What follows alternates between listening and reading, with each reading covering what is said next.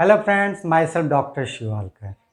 आज मैं infectious disease malaria के बारे में डिस्कस करने जा रहा हूँ। रेनी सीजन आ चुका है, मलेरिया का केस मिलने लगा है।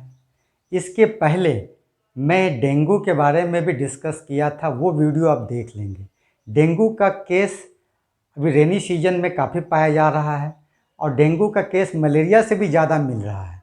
इसीलिए डेंगू का बचाव और उसका ट्रीटमेंट आपको जानना चाहिए। डेंगू से आप कैसे बच सकते हैं और उसका क्या ट्रीटमेंट है, मैंने डिटेल में डिस्कस किया हूँ, आप उसे जा कर के देख लीजिएगा। आज मैं मलेरिया के बारे में डिस्कस कर रहा हूँ। मलेरिया का कैसे आप उसका ट्रीटमेंट कर सकते हैं। तो मलेरिया का भी अभी केस बढ़ने लगा है, तो चलिए मैं मलेरिया के बारे में थोड़ा डिस्कस करता हूँ।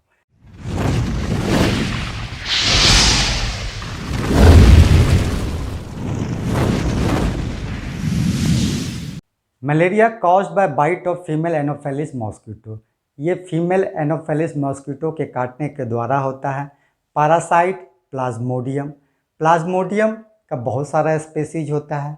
Plasmodium vivax, Plasmodium ovale, Plasmodium malariae, Plasmodium falciparum और प्लाज्मोडियम नॉलेसी। जनरली 5 टाइप का होता है, लेकिन कॉमनली आपका वाइवेक्स, ओवेल, मलेरियाई, फाल्सीपेरम ही कॉमन है। तो सबसे पहले इसके लाइफ साइकिल के बारे में डिस्कस कर लेता हूँ कि कैसे ये मॉस्किटो में रहता है और कैसे ये ह्यूमन बीइंग में आता है। तो जनरली मॉस्किटो में हमारा स्पोरोजोइट होता है। जब मॉस्किटो काटता है तो ये स्पोरोजोइट हमारे ब्लड में आ जाता है, ब्लड से हमारे लीवर में जाता है। लीवर सेल्स में इसका नाम साइजोन्ट होता है। साइजोन्ट फिर ये मेरोजोइट में कन्वर्ट करता है। मेरोजोइट ब्लड में जो है मेरोजोइट आपका मिलेगा और ये ब्लड सेल्स में मेरोजोइट रप्चर होकर के आपको बाहर आ जाता है। बाहर आने के बाद ये गैमेटोसाइट्स बनाता है। गैमेटोसाइट्स फिर जब हमारा मॉस्किटो काटता है तो ब्लड के साथ गैमेटोसाइट्स जो है हमारे मॉस्किटो में चला आता है।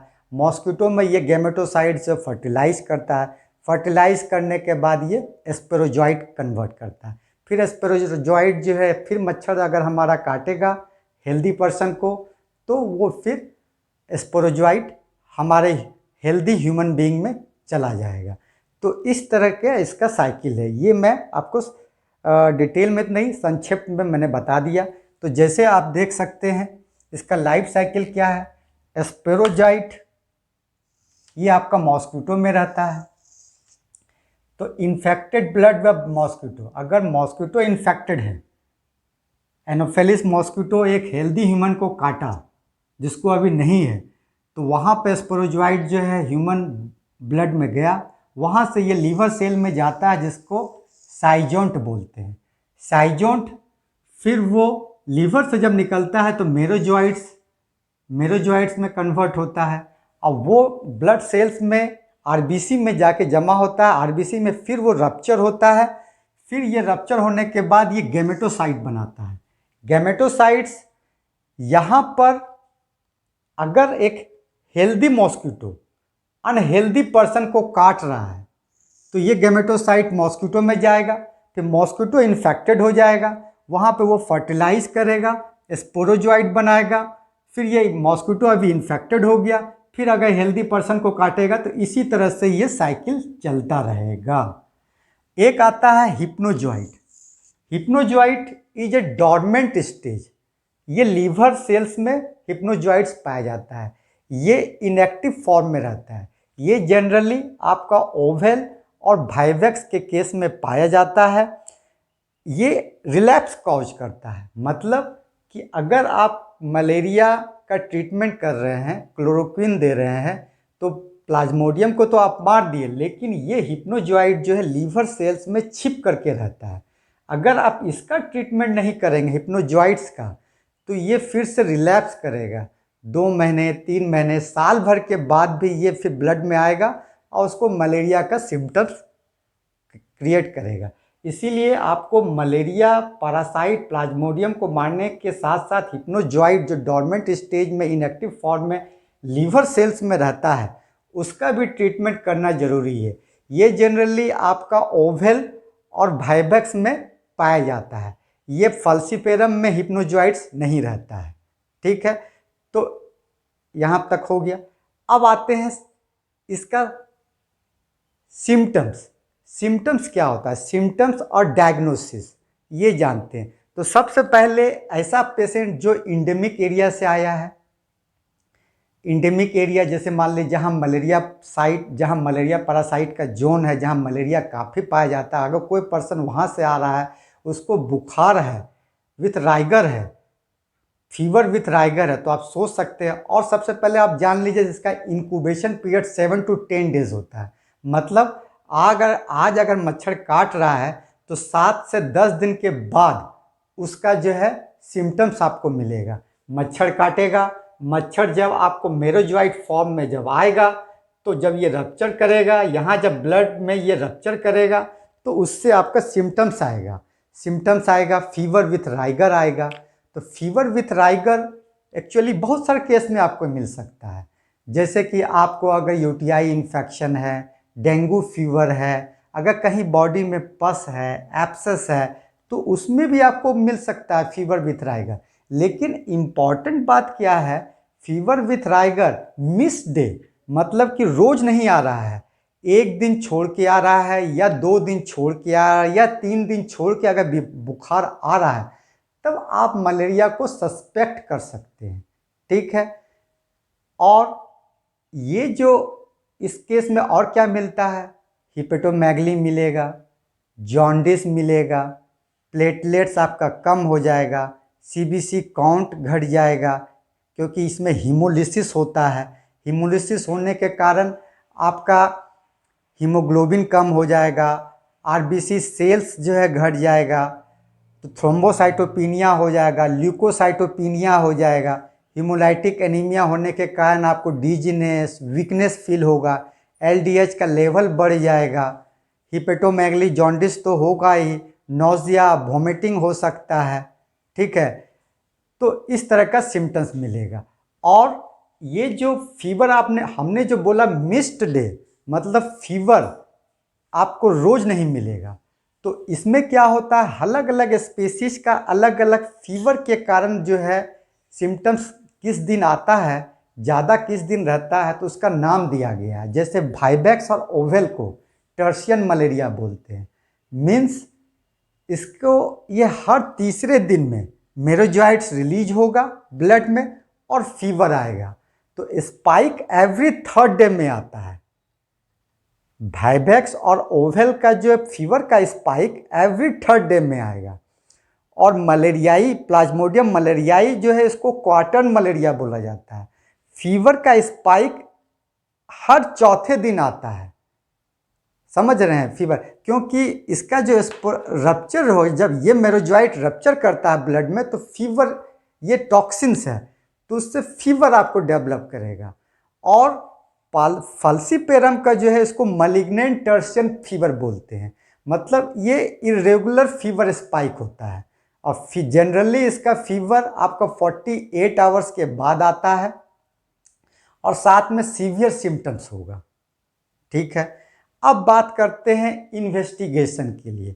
तो इन्वेस्टिगेशन हमारा इनिशियल टेस्ट जो है माइक्रोस्कोपिक टेस्ट बोलते हैं, जिसको स्लाइड या स्मीयर टेस्ट करते हैं। ये इनिशियल टेस्ट, अगर आप इनिशियल टेस्ट की बात बोलेंगे तो माइक्रोस्कोपिक टेस्ट, स्लाइड और स्मीयर टेस्ट को, ये इनिशियल टेस्ट है। इसमें स्लाइड में जो है 2 तरह का होता है, थिक ब्लड स्मीयर और दूसरा होता है थिन ब्लड स्मीयर।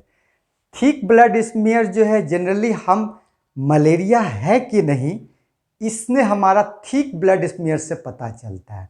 और थिन ब्लड स्मीयर से जो है हम मलेरिया के स्पीसीज को कंफर्म करते हैं कि ये आपको फॉल्सीपेरम है कि वाइवेक्स है।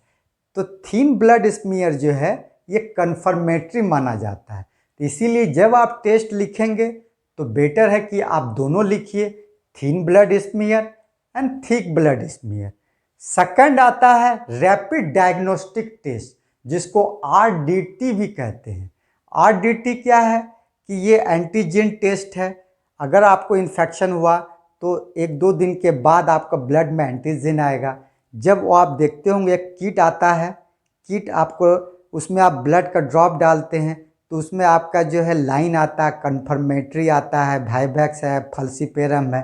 तो किट भी हमारा दो तरह का आता है, एक malaria parasite dual antigen kit test, एक होता है सिंगल। तो जनरली MPDA जो है जिसमें डुअल एंटीजन है उसमें आपको दोनों मिक्स टाइप का जो है बताएगा, इसमें आपको मिक्स इन्फेक्शन है कि नहीं है। मतलब आपको अगर आप टेस्ट कर रहे हैं तो इस तरह से स्लाइड रहता है, तो इसमें कन्फर्मेटरी है, वाइवैक्स है, फाल्सीपेरम। अगर ये दोनों पॉजिटिव है मतलब आपका दोनों है, फाल्सीपेरम भी है, वाइवैक्स है। अगर दोनों में से एक पे आपका जो है लाइन आ रहा है तो आप समझ सकते हैं कि इसको वाइवैक्स है कि इसको फाल्सीपेरम है। तो ये बोथ डिटेक्ट करता है।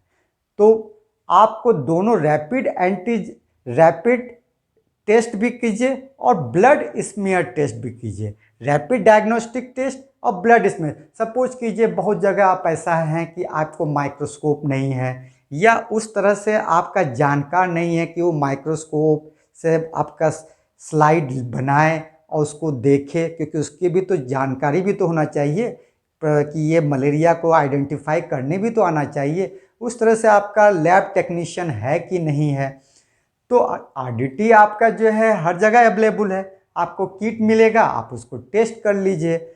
लेकिन अगर आपको अवेलेबल है, दोनों अवेलेबल है, तो दोनों को टेस्ट कराइए, RDT भी कराइए और ब्लड स्मेयर का भी टेस्ट कराइए। जनरली अगर RDT आपका पॉजिटिव है तो आप ब्लड स्मेयर टेस्ट नहीं भी करा सकते हैं, उसको छोड़ दीजिए। अगर RDT निगेटिव है तो आप ब्लड स्मीयर टेस्ट कराइए, ठीक है। अगर आपका RDT निगेटिव है, ब्लड स्मीयर निगेटिव है, तो आप रिपीट कराइए ब्लड स्मीयर टेस्ट को। आपको एक दो आप जो है अगले दिन फिर से उसको कराइए। ये नहीं कि आप दोनों निगेटिव निकल गया है, आप मलेरिया एंडेमिक जोन से आ रहे हैं, आपको सिम्टम्स मलेरिया का लग रहा है, तो दोबारा से आप जो है ब्लड स्मीयर कराइए। तो सबसे पहले आप RDT कराएं, पॉजिटिव निकल गया तो ब्लड स्मीयर छोड़ दीजिए। लेकिन अगर आप RDT निगेटिव है तो आप ब्लड स्मीयर करा करके एक बार कंफर्म कर लीजिए कि उसको है कि नहीं। लेकिन अगर दोनों निगेटिव है तो ब्लड स्मीयर को फिर आप एप्रोप्रिएट इंटरवल के बाद आप फिर से दोबारा से जो है उसको आप टेस्ट कराइए। अगर आपको उस समय पॉजिटिव निकल गया तो आप ट्रीटमेंट शुरू कीजिए। तो अब आते हैं ट्रीटमेंट एंड मैनेजमेंट। तो सबसे पहले अगर सपोज कीजिए वाइवैक्स आपका निकल गया या कोई भी फीवर है, मलेरिया का अगर सिम्टम्स है या कुछ है, तो सबसे पहला बात क्या है, फीवर आता है, फीवर के साथ स्वेटिंग होता है, राइगर आता है, तो पानी का जो है डिहाइड्रेशन होता है। तो हाइड्रेशन पहला बात मेंटेन करना है, तो ORS का घोल देते रहिए, ठीक है। उसके बाद आप फीवर विथ राइगर आता है तो पैरासीटामोल दीजिए। एडल्ट है तो 650 मिलीग्राम डोलो आता है, उसको 2 बार 3 बार आप दे सकते हैं। अगर आपको नोज़िया वोमिटिंग है तो आप उसको जो है गैस की टैबलेट, पेंटाप्राजोल, ओमिप्राजोल जो भी है देना दीजिए। साथ में डोमपेरिडोन दीजिए क्योंकि उल्टी भी होता है, और या ओंडासेट्रॉन भी दे सकते हैं क्योंकि मलेरिया की दवा एक तो कड़वी होती है और दूसरा जनरली इस टाइप के फीवर उवर में जो है नोज़िया वोमिटिंग होता है। तो आपको जो है साथ में जो है एंटीमेटिक और गैस की दवा, पैरासीटामोल और हाइड्रेशन को मेंटेन करना है। अब आते हैं मलेरिया ड्रग्स के बारे में। यहाँ पर मैं जितना भी बात कर रहा हूँ अनकॉम्प्लिकेटेड मलेरिया, मैं सीवियर मलेरिया या कॉम्प्लिकेटेड मलेरिया या सेरिब्रल मलेरिया की बात अभी नहीं कर रहा हूँ। मैं बात कर रहा हूँ अनकॉम्प्लिकेटेड मलेरिया की बात कर रहा हूँ। अब आता है अगर प्लाज्मोडियम वाइवैक्स है, आपको जो है RDT से पता चला, स्मीयर से पता चला कि इसको प्लाज्मोडियम वाइवैक्स है, तो इस केस में क्लोरोक्विन देते हैं क्योंकि ये वाइवैक्स जो है क्लोरोक्विन सेंसिटिव है, ठीक है। तो इसमें हमारा ड्रग जो है क्लोरोक्विन है। क्लोरोक्विन कितना देते हैं, 3 दिन तक क्लोरोक्विन देते हैं, साथ में प्रामाक्विन देते हैं 14 दिन के लिए। Day 1 से हम स्टार्ट करेंगे टू प्रिवेंट द रिलैप्स। अब बात करते हैं हमारा क्लोरोक्विन कैसे देते हैं। क्योंकि मार्केट में जनरली हमारा क्लोरोक्विन जो है मोस्ट कॉमनली ब्रांड जो है लैरिगो डीएस के नाम पे आता है। लैरिगो डीएस अगर आपको 5 टैबलेट उसमें रहता है, आप एक लैरिगो डीएस जो है क्लोरोक्विन फॉस्फेट के नाम से आता है, 500 मिलीग्राम की टैबलेट आती है, ठीक है। तो इसका जो है क्लोरोक्विन का डोज है 10 मिलीग्राम पर के। अब यहाँ पे बात कर लेते हैं, बहुत इंपॉर्टेंट है। क्लोरोक्विन हमारा पता चल गया, वाइवेक्स में हम क्लोरोक्विन सेंसिटिव है, तो क्लोरोक्विन जनरली वाइवेक्स सेंसिटिव होता है, तो इसमें हमारा जो है क्लोरोक्विन जो है 3 दिन के लिए देते हैं। साथ में हम ट्रामाक्विन जो है 14 डेज के लिए देते हैं। ट्रामाक्विन डे 1 से, जिस दिन से क्लोरोक्विन डे 1 से स्टार्ट करेंगे 3 दिन तक देंगे, तो ट्रामाक्विन भी हमारा डे 1 से स्टार्ट करेंगे 14 दिन तक हम देंगे। इसका डोज कितना है? 0.25 मिलीग्राम पर KG body weight for 14 days देते हैं। अगर हमारा एडल्ट अगर 60 केजी का है, 60 केजी हमारा एडल्ट है, तो देखेंगे कि 15 मिलीग्राम जो है उसका आएगा। अगर कैलकुलेट करेंगे 0.25 मिलीग्राम पर केजी बॉडी वेट से, तो 15 मिलीग्राम आएगा। अब बात करते हैं पहले क्लोरोक्विन बेस का।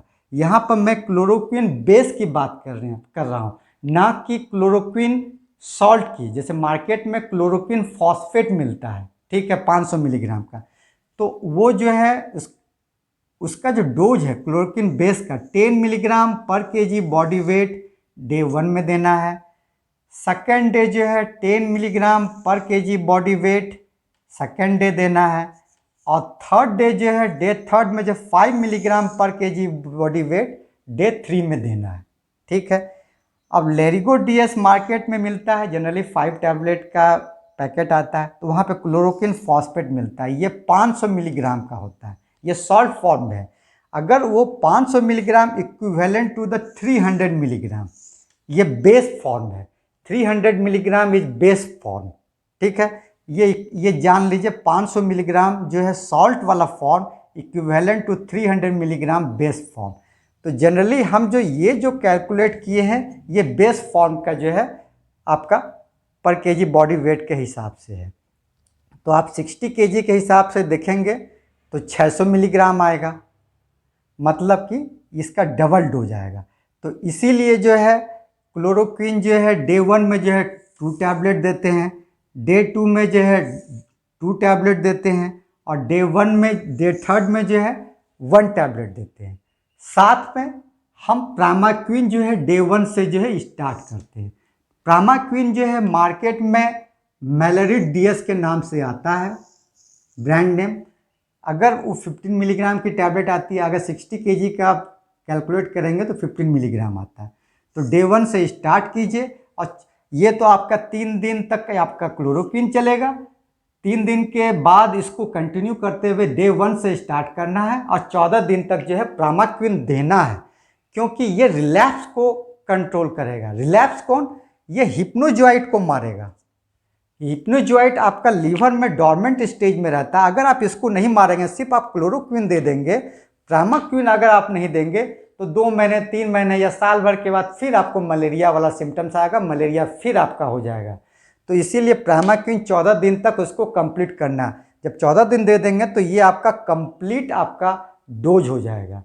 तो इस तरह से आपको क्लोरोक्विन, ट्रामाक्विन क्या करता है? तो रिलैप्स को रोकता है। तो ट्रामाक्विन आपको देना है 15 मिलीग्राम करके, आपको जो है 14 दिन तक उसको देना है। अब यहाँ पे जान लेना है, ये जितना भी टैबलेट है आफ्टर फूड, क्योंकि खाली पेट नहीं देना। खाली पेट के बाद आपको वॉमिटिंग ये सब हो जाएगा। आधा घंटा पहले आप जो है डोमपेरिडोन, ओंडासेट्रोन, गैस की टैबलेट आपको दे देनी है। अब ट्रामाक्विन का क्या काम है? ट्रामाक्विन हमारा रिलैप्स को रोकता है। ट्रामाक्विन जनरली कंट्रा इंडिकेशन है, किस पेशेंट में ट्रामाक्विन नहीं देना चाहिए? जनरली ये infant less than 1 year, pregnancy के केस में, और ग्लूकोज 6 फॉस्फेट डिफिशियंसी के केस में। जैसे कि ये एंजाइम है, अगर ये एंजाइम किसी पर्सन में अगर डिफिशियंट है तो उसमें ट्रामाक्विन नहीं दिया जाता है। लेकिन आपको तो पता नहीं है, कोई पेशेंट आया, आप क्लोरोक्विन दे रहे हैं, साथ में आप ट्रामाक्विन भी स्टार्ट कर दिए, लेकिन अगर किसी पेशेंट को ग्लूकोज G6PD की डिफिशियंसी है तो उसमें ये अगर प्रामाक्विन जैसे देंगे ये हीमोलाइसिस कॉज करेगा। हीमोलाइसिस जब कॉज होगा तो उसका सिम्टम्स क्या आएगा, आपका हीमोग्लोबिन कम आ जाएगा, डार्क कलर्ड यूरिन होगा, हिमेचूरिया होगा, सेंट्रल साइनोसिस होगा, ब्लूस लीफ हो जाएगा, एब्डोमिनल पेन होगा, नोजिया वॉमिटिंग होगा, सांस लेने में दिक्कत होगी। तो आपको सोच लेना है कि ये G6PD का डिफिशियंसी पेशेंट है, तो प्रामाक्विन जो है उसी समय आपको जो है स्टॉप कर देना है। ठीक है, तो इस तरह से आपका टोटल जो है फाल्सीपेरम वाइवेक्स का ट्रीटमेंट हो गया, क्लोरोक्विन साथ में प्रामाक्विन। अब चलते हैं कि अगर आपको स्लाइड में आरडीटी में या ब्लड स्मीयर में आपको पता चला कि ये फाल्सीपेरम का इन्फेक्शन है, तो generally falciparum malaria, falciparum Plasmodium falciparum chloroquine resistant होता है। इसमें क्लोरोक्विन नहीं देते हैं, क्लोरोक्विन देंगे कोई असर नहीं पड़ेगा, ये रेसिस्टेंट रहता है। तो जनरली इसमें जो है ACT-LT कम्बिनेशन देते हैं। ACT-LT का मतलब क्या हुआ? ACT-LT का मतलब होता है artemisinin based combination therapy. ACT artemisinin based, C से कम्बिनेशन, T से थेरेपी। LA का मतलब है लॉन्ग एक्टिंग, साथ में ACT के साथ हम LT देते हैं, लॉन्ग एक्टिंग जो है ड्रग्स भी उसमें देते हैं। तो ACT क्या हुआ? आर्टिमिसिन बेस्ड कम्बिनेशन थेरेपी क्या हुआ? ये जनरली आर्टिमिसिन क्या होता है, ये प्लांट डेरिवेटिव्स है, ये हर्बल प्रोडक्ट है। इसका बहुत सारा टाइप है, जैसे कि आर्टिसुनेट है, आर्टिमीथर है, आर्टिईथर है। तो इसमें से कम्बिनेशन बनाया गया है। तो ये आर्टिमिसिन ग्रुप का है, आर्टिसुनेट, आर्टिमीथर, आर्टिईथर। तो इसीलिए इसको आर्टिसुनेन आर्टिमिसिन डेरिवेटिव्स बोलते हैं और ACT-LT कम्बिनेशन देते हैं। तो हमारा WHO जो है 5 तरह का जो है रिकमेंड किया है। पहला है आर्टिसुनेट सल्फाडॉक्सिन प्लस पारीमिथामिन कम्बिनेशन, ठीक है, जिसको ASSP भी बोलते हैं। सेकंड है आर्टिमीथर लुमाफेंट्रिन, ASLF है। थर्ड है आर्टिसुनेट मैफ्लोक्विन कम्बिनेशन। फोर्थ है आर्टिसुनेट एमोडाइक्विनिन, ठीक है। फिफ्थ है डाइहाइड्रो आर्टिमिसिन प्लस पिपराक्विन।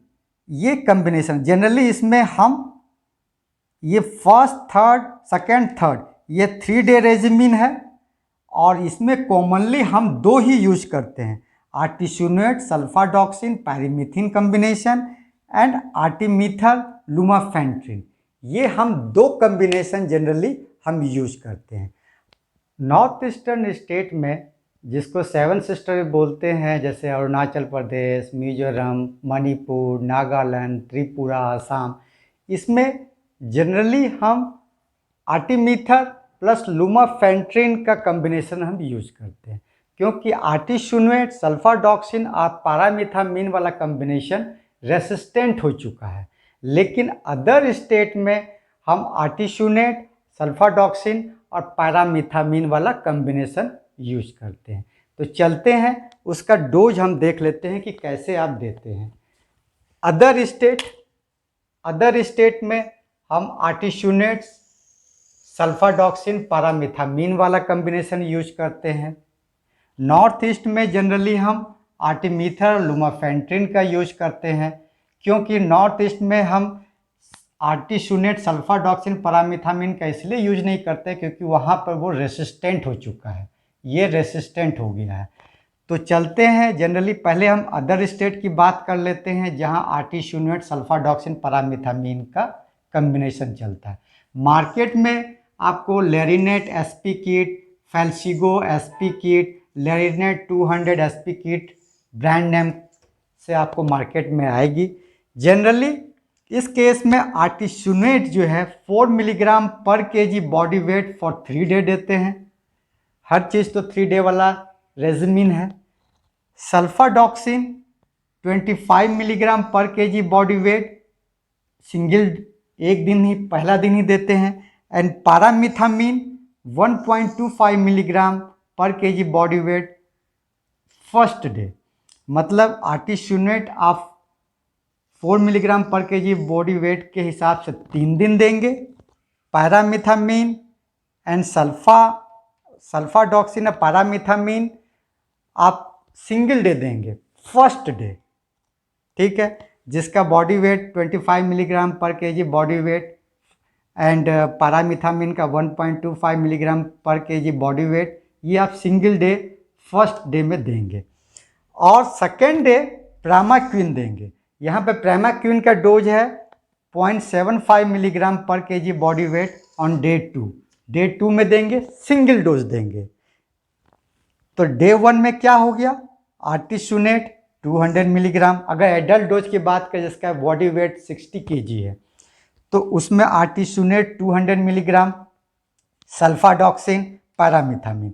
सल्फाडॉक्सिन 1500 मिलीग्राम हो गया, पैरामीथामीन 75 मिलीग्राम हो गया। सेकेंड डे आर्टिसुनेट 200 मिलीग्राम है। यहाँ पर जो है सल्फाडॉक्सिन पैरामीथामीन नहीं देते हैं। प्रामाक्विन जो है 45 मिलीग्राम, अगर बॉडी वेट के हिसाब से अगर कैलकुलेट करेंगे तो यहाँ 45 मिलीग्राम है। थर्ड डे में जो है आर्टिसुनेट 200 मिलीग्राम हुआ, सिर्फ आर्टिसुनेट चला 200 मिलीग्राम। जनरली सल्फाडॉक्सिन और पैरामीथामीन का रेशियो देखेंगे 20:1 का रेशियो होता है। अगर इसमें आप कैलकुलेट करेंगे 1500 मिलीग्राम एंड 75 मिलीग्राम, तो यहाँ पर प्रामाक्विन का रोल अलग है। वाइवेक्स के केस में प्रामाक्विन जो है हम 14 दिन तक देते थे और 15 मिलीग्राम देते थे, क्योंकि हमें हिप्नोजॉइट को मारना था रिलैप्स रोकने के लिए। यहाँ पर हम गैमेटोसाइट को मारते हैं।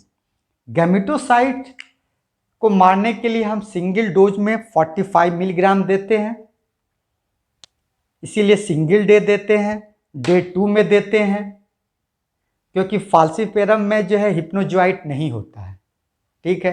अब बात करते हैं नॉर्थ ईस्ट की बात। अब बात करते हैं नॉर्थ ईस्ट की। नॉर्थ ईस्ट में जैसा कि मैं बताया आर्टिमीथर और लुमेफेंट्रिन का कम्बिनेशन देते हैं। तो जनरली आप देखेंगे मार्केट में नॉर्थ ईस्ट में आर्टिमीथर और लुमेफेंट्रिन का कम्बिनेशन देते हैं। आर्टिसुनेट, सल्फाडॉक्सिन, पैरामीथामीन का नहीं देते क्योंकि वो रेसिस्टेंट हो गया है।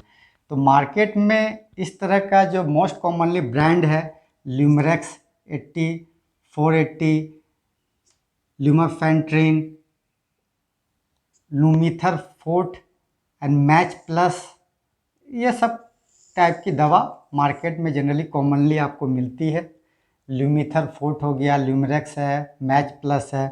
तो इसमें जो है हमारा आर्टिमीथर 80 मिलीग्राम, लुमेफेंट्रिन 480 मिलीग्राम। हम एडल्ट की बात कर रहे हैं।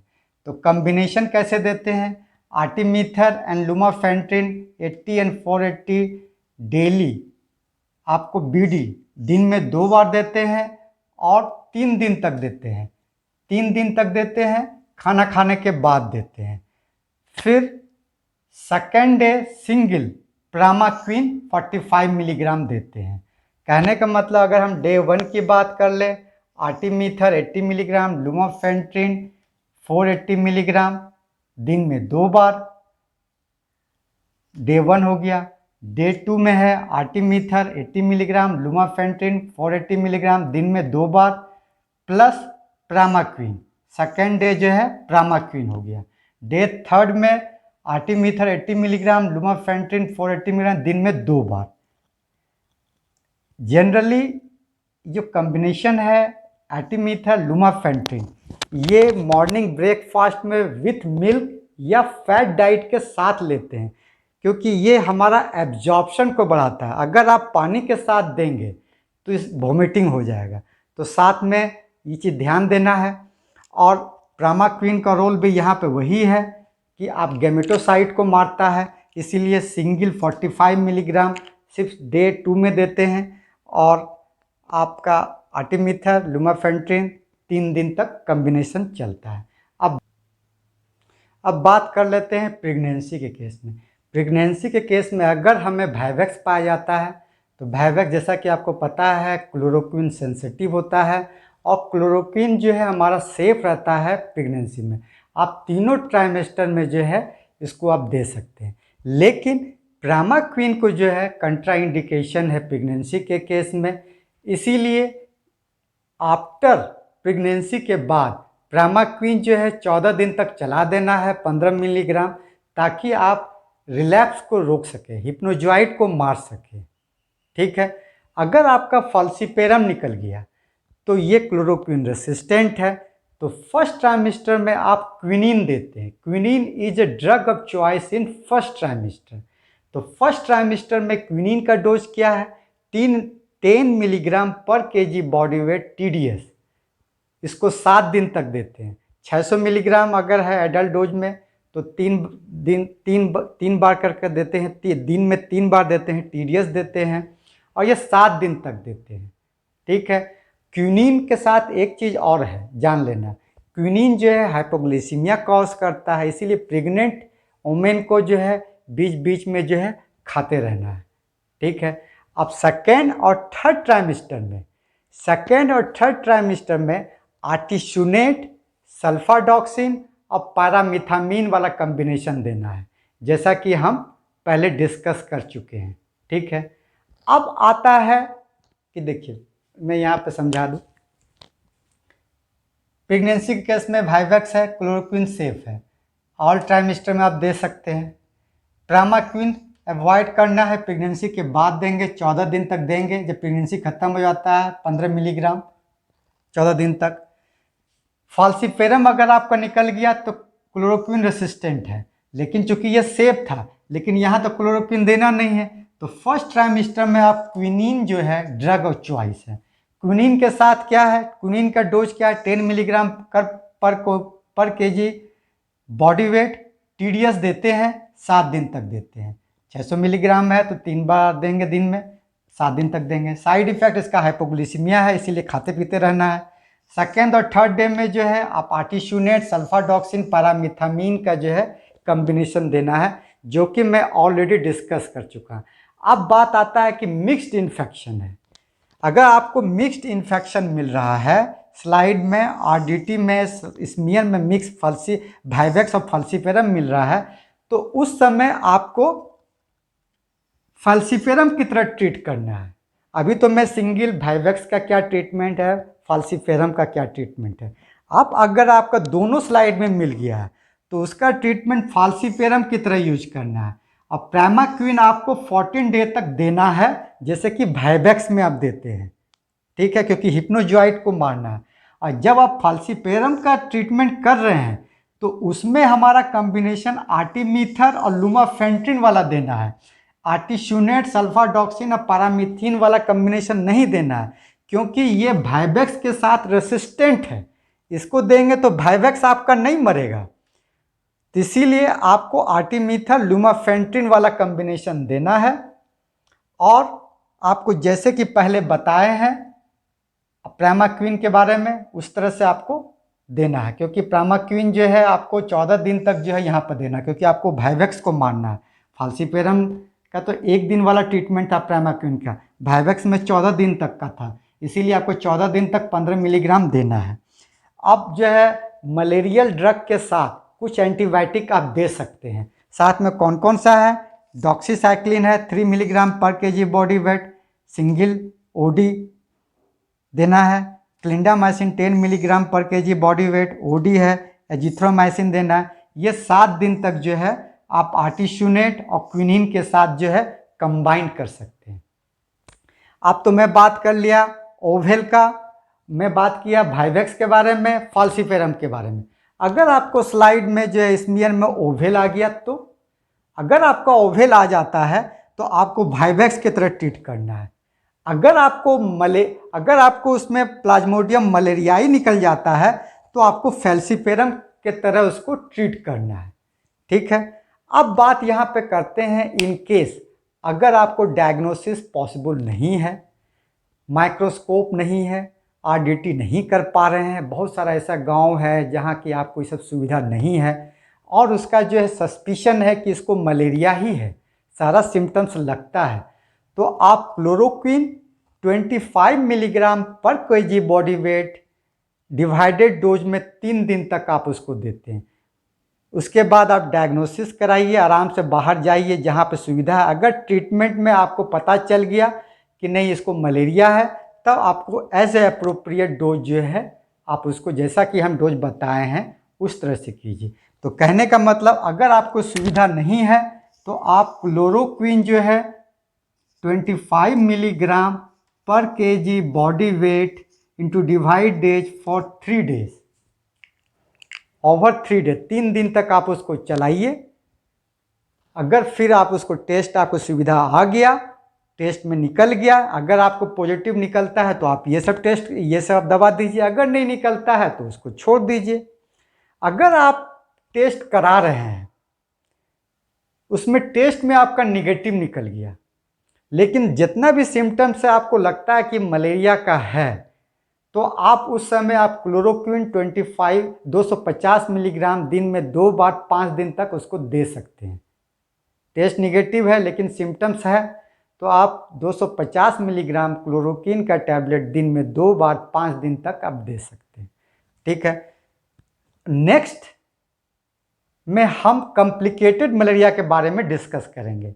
कॉम्प्लिकेटेड मलेरिया, सेरिब्रल मलेरिया, अभी तो हम अनकॉम्प्लिकेटेड मलेरिया के बारे में डिस्कस किए। नेक्स्ट बार जब हम डिस्कस करेंगे मलेरिया के बारे में तो कॉम्प्लिकेटेड मलेरिया के बारे में, सेरिब्रल मलेरिया के बारे में, सीवियर मलेरिया के बारे में, और उसका क्या प्रोफाइलैक्सिस हम दे सकते हैं। एंडेमिक जोन में कोई पेशेंट है उसको मलेरिया ना हो तो क्या हम प्रोफाइलैक्सिस उसको दे सकते हैं। आई थिंक मैंने आपको डिटेल में सारी जानकारी मलेरिया ट्रीटमेंट मैनेजमेंट के बारे में दे दी।